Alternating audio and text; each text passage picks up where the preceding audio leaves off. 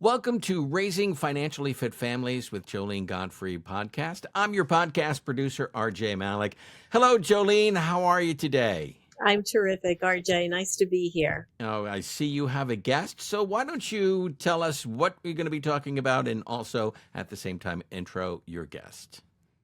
Well, I'm excited because this morning my colleague and COO, Patric Brophy, is here to talk not really so much about his role with Bounce, but his real life role as a dad. And so he's bringing some real life experience to our listeners that I think they're going to find as helpful as anything we bring through the company. So, Patric, I'm thrilled to have you here today, though this is a little bit of an unorthodox conversation for you and I. That's fine. Being part of a startup sort of involves doing different things every day, and this is one of many new experiences that I've been a part of. So I'm happy to join the conversation. Thank you. So, as I said, when we started, our conversations had everything to do with what it meant for you to join a startup and your role in that. And it's only since you got more involved with the company and really came on board that we realized your experience as a dad of the very kids in our age group turns out to be quite the asset that you bring to the party. And I'm wondering if you'll just talk about how that evolved for you and how it is different maybe today than when we first started to talk. Yeah, I would offer it's been a bit of a, I would say, a surprise for me as well, how important that experience has been.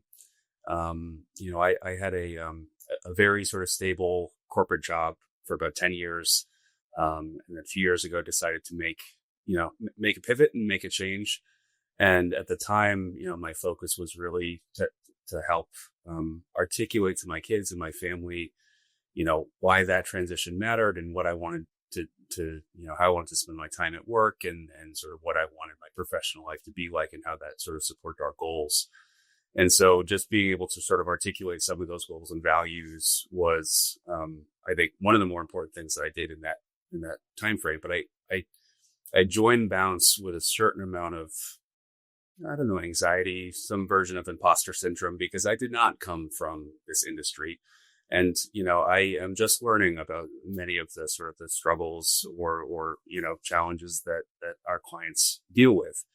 And I would say that it's only been in the last few months where I'm feeling a lot more sort of settled in the role, in part because so much of my experience as a parent, or I should say so much of just being a parent, we're all sort of dealing with a lot of the same stuff. And, it's different in terms of, type and kind and magnitude.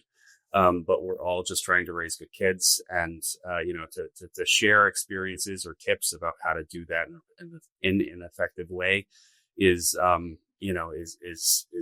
something I couldn't necessarily have sort of prepared for or trained for, but something that I joined Bounce with because, I'm trying to raise two very smart, very, vibrant young women and help them turn out to be amazing adults. So. Well, it's our benefit, I have to say, and we're all surprised, but grateful. It's interesting that too, because I will say that there are days when your direct experience as a dad is immensely helpful to your experience with what parents need and how we deliver in a very operational way. So, that's a little bit of what we'll talk about this morning.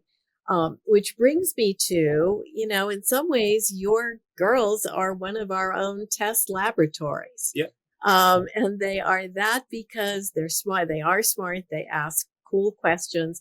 And I wonder if you have some examples of some of the questions that come up. Well, first of all, tell us a little bit. You don't have to give away personal information, obviously, but tell us a little bit about them, what their ages are, because that's relevant to what we do as well.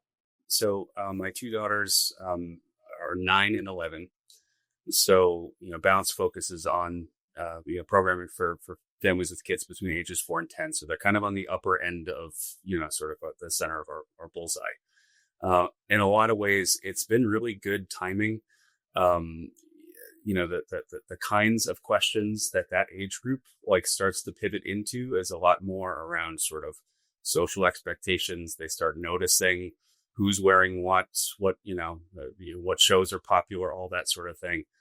And so, being able to bring what I have learned and picked up through working with Bounce, to engage in conversations about our family's values, how we make decisions together, what we choose to focus on, how we spend not just our money, but also our time, and sort of how we develop as individuals has been hugely valuable. And something that I think I was on the right track of to begin with, but I now have more tools, resources to be able to really round those conversations out and to create a conversation that is a little more durable and that extends over weeks and not just a quick question in the truck on the way home. Our focus, of course, is all around financial readiness in children and the value of starting early.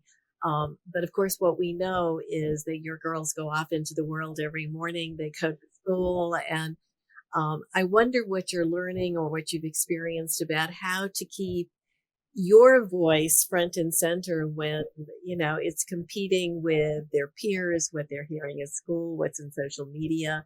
How do you do that without browbeating them? Well, I mean, I think a lot of it gets to just modeling the right behavior. So, I mean, you can tell your kids to be healthy, but if you're not living a healthy life, then, your words only go so far. So I think, being authentic and just sort of narrating how I see the world and how I make decisions, I think is a hugely, under-leveraged, sort of parenting habit and skill. And so, I'm not saying that I make all the right decisions or we make all the right choices, but being able to say, like, here's what I'm seeing now, and here's, what I think we should do next, or that, a trip that we should go on, or some sort of trade-off that happens, whether it's, a purchase or not, but just being able to sort of talk through, here's how I see the world, and here's sort of like what I'm bringing to that decision. And here are some risks that I'm sort of taking on, or some trade-offs that we might experience. Gives them, I think, a framework for making their own decisions. We as parents are never going to be able to make decisions for our kids after a certain point. You sort of, you're building a little human until about, I don't know, age 10, 11, 12. And then they start sort of, our roles as parents sort of pivot to be less of a, center of influence, tell me how to make a decision, see the world, yada, yada, to a coach and a mentor and a guide, after you sort of built a bit of a program for how to navigate the world. So I'm trying to make the most of these years where, I can be, super influential and can sort of shape how they see the world and how they understand things. And then just hope that, when they need to do the same, they have at least a framework to operate in, and know that I'm here to help, like, guide them through a framework if they're stuck. Yeah, the framework is a really interesting notion. One of the things you're also describing is your intention to be directly involved with them. Yeah.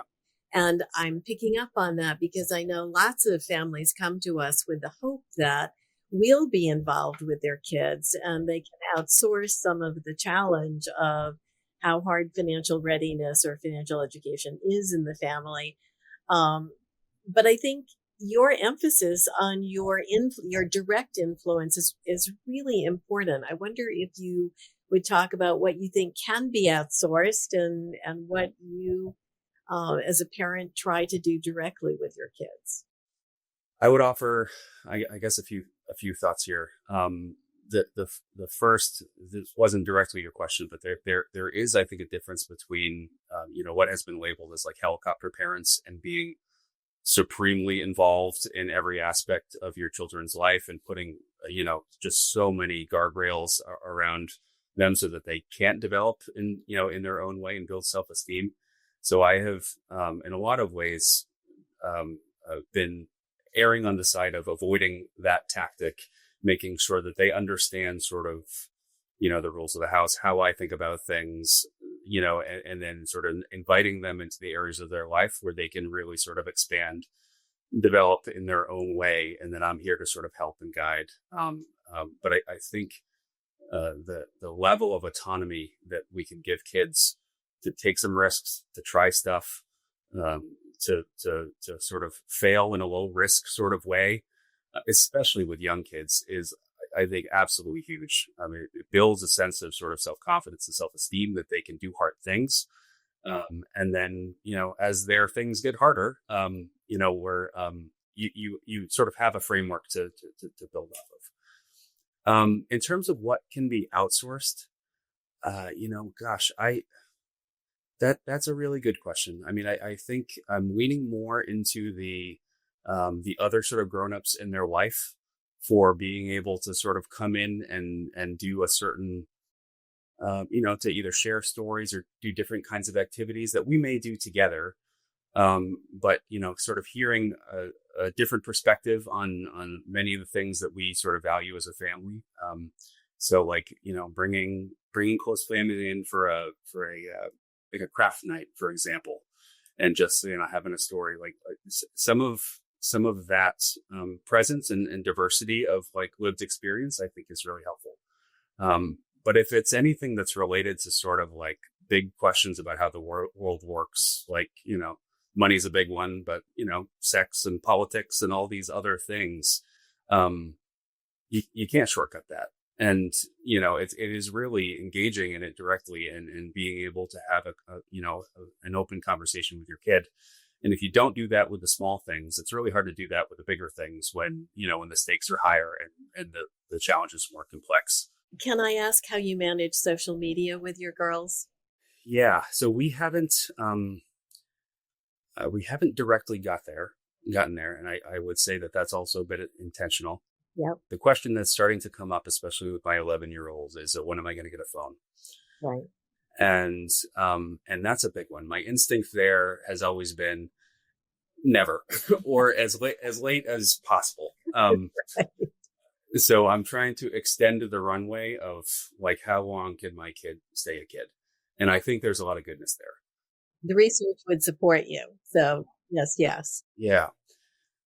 To my hopefully correct point earlier about, how long we can stay influential as parents to shape a human being before they're on their own and making their own decisions. I am in that window right now where, because I am still a center of influence in their lives, Right. I can help guide appropriate use of the internet or how to use a phone. And sidebar, a lot of that has to do with me modeling that behavior in my own, in my own household. But there is a very sort of narrow window here, and I'm trying to figure out how to sort of step into that in an appropriate way where I can provide guidance and appropriate use of things like phones before, they figure it out on their own or from a friend or another source. Social media to me is, a fairly simple one where we can say, you can have access to X, Y, and Z, but until no social media until 16. And then after that, you're a little more developed, your brain is a little farther along, then, we can sort of step into it. But it's funny, I do pick up on, little phrases that might come home that I've seen on TikTok that I know they have not seen on TikTok. It's coming through friends. So that's what I mean by like the center of influence, has not pivoted quite yet, but like I can see things sort of seeping in and it's not all bad things, but I just know that they're getting more from just outside these four walls, which is good and healthy. But like, I need to be able to meet that where it is. Well, I admire the aspiration for 16, and I'll be cheering you on, but that's going to be a tough one, we know. But let's pivot to money for a moment, because, of course, financial readiness is all about that. The girls are just a little bit different in ages. Let's begin with, do you see differences in their questions about money or their attitudes? They're about 2 years apart, and they sort of go everywhere together. And so I think my 9-year-old is probably catching up to more advanced concepts. She's just in the same way that she was probably a faster sprinter than my eldest kid at age 4, because she's trying to keep up with her older sister. So I think she's picking up on things that maybe another 9-year-old might not have. Um, the questions now, specifically to money, are starting to move into a gear around planning for things. So it's been a lot of focus on here's what I have, and I can organize, and I can, seeing values in things or seeing value in things. Can I start a business? Like, how can I make more money? And more about like, I need to start making a bit, not a business plan, but a bit of a, either a goal or some sort of plan for how they can have agency with money. But no, I wouldn't say with that age difference, a stark difference. But I'm sure it's a bit like a boiling like a frog or boiling a frog situation where, it's a matter of degrees, and every day it's just a bit more sophisticated. So moral compass, of course, I know is important to you, and particularly as it comes to money. Where does that, how do you even approach that? I mean, my guess is your girls are sort of organically growing up generous. Are there things they worry about that you're aware of? No, nothing sharply comes to mind. I would say that the conversations around money and how we use it, what it is for, what we value, because it is a bit of an ongoing conversation in really small ways. That conversation sort of comes up over time. So we may, we may talk about, why we choose to, invest in tools and things that we can fix products with, or make things ourselves instead of buying. And that's both hey, this is good for the planet, but it's also, we're building skills and we're building experiences, and like we're doing stuff as a family, building out our sort of capability. And so, that one comes up a lot. The make or buy thing is actually with food as well. There's a lot that falls into that. Certainly the moral compass is an element, but it's also like, could this be a fun thing? Could we get smarter or better? Would it be a better experience if we chose the buy path rather than the make path? But I do think it's important to talk about maybe not each and every individual occasion or example, but there's a lot of value in just thinking through those trade-offs.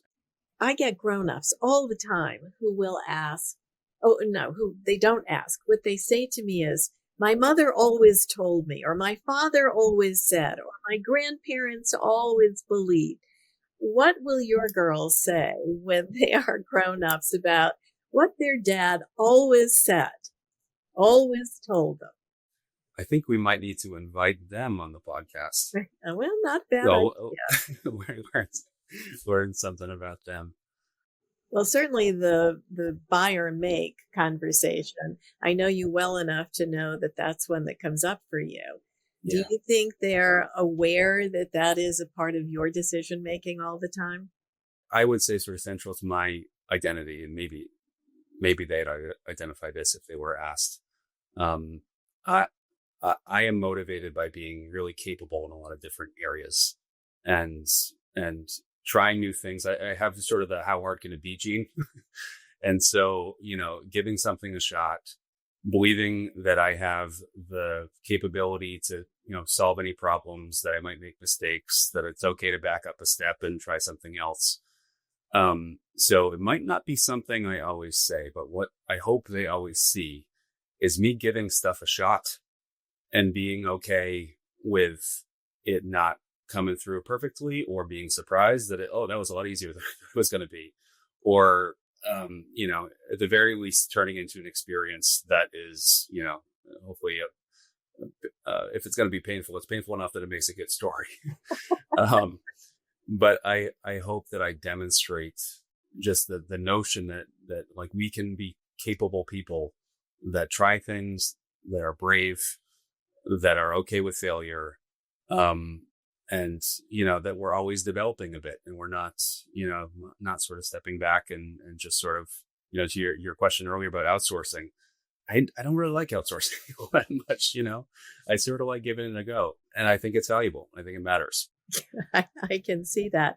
So I'm curious, no money dramas in your household, no meltdowns? Not really. Certainly no meltdowns. I've been since they were in diapers. I've been prepared for the meltdown, and I think because I have a language and a rapport about this kind of thing, and they feel comfortable asking, and I give a straight answer, I've avoided the meltdown thing so far. The trade-offs I think that are a little more real now, especially as they become more social, are around it's certainly money and time, but things like plans for the summer. I'm really interested in this camp. My friends are doing this camp, soccer, whatever it may be, and that's great. There's also if we do that, that's also going to take away from X, Y, and Z, and it's not diminishing that idea at all. But we can lead with a conversation around like, well, how we want to sort of prioritize our time and money this summer. Like, we want to take this trip together. Remember the last trip we took and how valuable that was and how enriching it was. So we're going to prioritize that. Or transparent about the why there. And it's not just no, that's an expensive camp. It's there's a lot to consider there. So I think it's actually been more of a trade-off with time. And can I do this club after school, and it's like an hour and a half, 5 days a week. I'm like, well, that sounds like an awesome club. That's also the time that we get together, and like spend time as a family. And I'm not willing to sacrifice that quite yet. So time and money is sort of bundled in together there, but those trade-offs, especially more social ones now, are becoming more coming into focus a bit more. Actually, I can tell you this is probably food for another podcast, but the time one in terms of what is robbed from the family in order to have a social life for kids is a big disruptor I have seen in families, even over the last 5 to 10 years. As we see kids who are getting involved in things that disrupt the family dinner, for example, we know that has always been another major point of parental influence. Mm-hmm. And if you lose that regular gathering at the end of the day, you lose a moment or a time to be influential. Mm-hmm.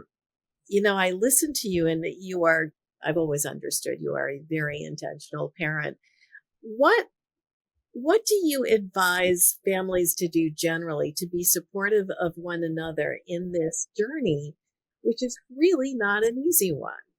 Gosh, that's a good question, and probably a better one for someone who has better answers here. I'm a homebody and introverted by nature, and so reaching out to other parents and creating that sense of community is something I know to be important, and I don't do nearly well enough.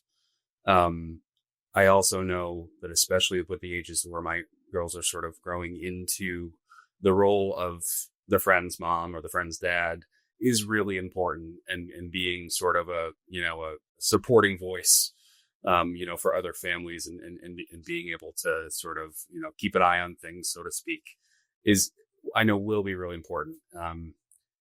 But gosh, yeah, I don't think I have any profound insights about, I know all that to be important, and I don't have any profound insights as to how to do that, in an advanced way. Well, I have one. Oh, please. Yeah.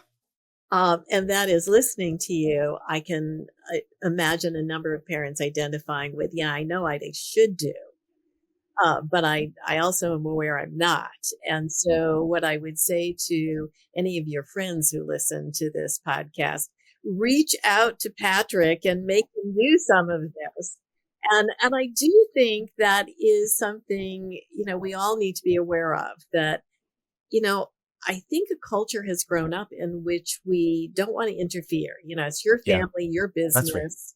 Right. And yet, as I listen to you, I think I should be saying to you, bring the girls to dinner occasionally. Come on up. And I think that mutuality of neighborliness, if you will, or friendship network, I think that is a way we get back to how do we support the best instincts and aspirations of parents who really are trying to do well, but have all these competitive issues interfering with the experience they want their kids to have. So I'm going to personally remember this, Patrick, and we're going to work on it. And I hope our listeners will take that to heart as well. And for you, I mean, think about other friends you have who are, you know, also probably a little introverted, also doing the best they can. Just think how you can reach out too, because we're doing it professionally. Now doing it personally is another whole kettle of fish. Yeah. We're coming up on the end of our time for the podcast here. And, I guess the last question I would ask you is there an issue that you're looking at? You've kind of referred to a couple now, but is there one you dread coming up that you're going to have to struggle with as a parent? The phone, I mentioned the phone one only because that has been, I'm reaching the end of my anxiety on that because I've been worried about it for too long. You mentioned social media. That's another one. I'm actually a lot more hopeful for Generation Alpha and sort of their relationship to technology and social. That there's I think objectively some genuinely sort of scary parts of the world at the moment, and just sort of like the world that they're inheriting, and how I can both shape that for them and also prepare them for that. So that's on my mind. But it's one of those things that there's just, we don't have the amount of, precision or the information that we need to sort of predict what's going to be important, dangerous, relevant, whatever. So my focus is like, how can I make the best possible 11-year-old who is, who is going to develop into their own 15, 16-year-old who is going to make smart decisions? And how can I position myself to go from a center of influence to someone who is a coach and a guide and a cheerleader all at the same time, and sort of show them what's possible, but then let them sort of step into some of that stuff that I don't even know what's going to keep me up. Driving is probably another one. I just remembered. Right. We're going to have to get behind a steering wheel at some point. Exactly. But I don't know. So there's big things and small things. And you could tie yourself in knots worrying about all of them. And NASA has a great phrase about what's the next thing that's going to kill you. And, that's sort of the one I'm focused on at the moment. So the next thing is sort of, branching out into being a more connected young person, and how I can help them through that. So last question, and this is an important one. I mean, we use the acronym FISH to help guide the work we do. I'm curious how that acronym, and I can explain that in just a second, but while I'm explaining it, I want you to think about how that informs or has helped any of the things you do with the girls. So for our listeners, I will just quickly say that financial readiness at Bounce is very much about an expanded idea of what wealth really means. And here, we're pretty certain that it's not just about the money. It's about your financial, intellectual, social, and human capital, FISH. And we've chosen this because any 5-year-old does remember the word fish, and often they can tell us what it all means. So in terms of thinking about assets and capital in the family, how has that, I hope, been of use to you with your girls? I'll give you one particular example that I think actually ties all those things together for our family. So we have a 1985 Westfalia Vanagon, and her name is Frau. And, on the F for financial capital, Frau is absolutely an asset. She has a value and we take care of her so that we have a good car to use. Intellectual, we also spend a lot of time working on Frau and getting her road ready and updating and learning how she works and all that sort of thing. For social capital,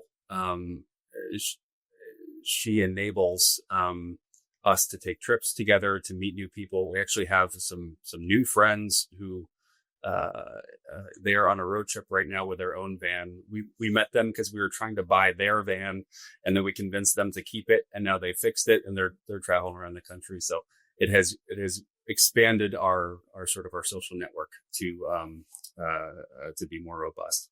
But I think the human capital is really the X factor here.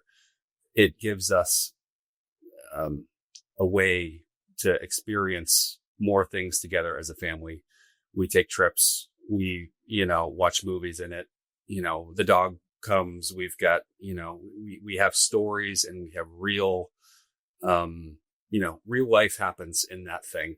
And so, yeah, it's a physical good, it's a material thing, but it is just a experience machine. And we can sort of explore all those different dynamics. I mean, maybe not quite as directly as that, but being able to really focus on the things that give us joy and meaning, and talk about how that moves us forward, how it aligns with the things that we want to do as a family, whether it's going places or doing things or learning new things, meeting new people. It's one example of many of how we're focused on a lot more about building the life that we want, which includes financial skills, but it also is really, how do we round out as individuals and as a family? That's such a great example. And I think, there's one other aspect of it that's somewhere in the human capital piece. And I think of the aesthetic of Frau. Every time I see that iconic VW van come pull into my driveway, I'm a little envious. That's a pretty cool thing. And to that point, related to social capital, the engine makes a particular noise. And if you heard that noise, if you had one of these 40 years ago, it's somewhere, it's somewhere, lodged in your memory. And so we're driving downtown, and I'll literally have people sort of poke out and be like, I thought that was a Vanagon. Let me tell you the story about my Vanagon that I had for 25 years. And it's the coolest people. It's just a magnet for people who do interesting things, have great stories, and are, generous with reaching out and sharing. So. And that's the stuff of childhood. That's right. That's a great story. I'm pretty fond of that fish notion, because it does expand the world that kids grow up in a very significant way. That's right. Oh my gosh, Patric, I think we could go on, and I think it's not a bad idea to bring your girls in to interview one of these days. And so we will do that. I think that would be great fun. And in the meantime, I want to thank you for this time, and hope our listeners take some of your stories to heart. And I'm going to remember to reach out and invite you all up here so Aunt Joline can be another part of the social capital in the whole system. It's been a pleasure. Thank you so much. Before you go, though, we need contact information. How can people contact you? We'll start with Patric. Email is best. Patric, that's Patric, there's no K, at bounce-10.com. And Joline? And I am, of course, Joline, Joline. Patric and I are a little weird in our spellings. Joline at bounce-10.com. And of course, to get a little bit more information about Bounce, it's www.bounce-10.com. And we hope you'll come visit, join our conversation, ask us questions. We'll take on pretty much anything here. Excellent. Thank you so much. And thank you. And we're looking forward to your next podcast. And thank you for listening to today's Raising Financially Fit Families with Joline Godfrey podcast. Please like, follow, and share this podcast with friends and family. And until our next podcast, for Joline Godfrey, I'm RJ Malik.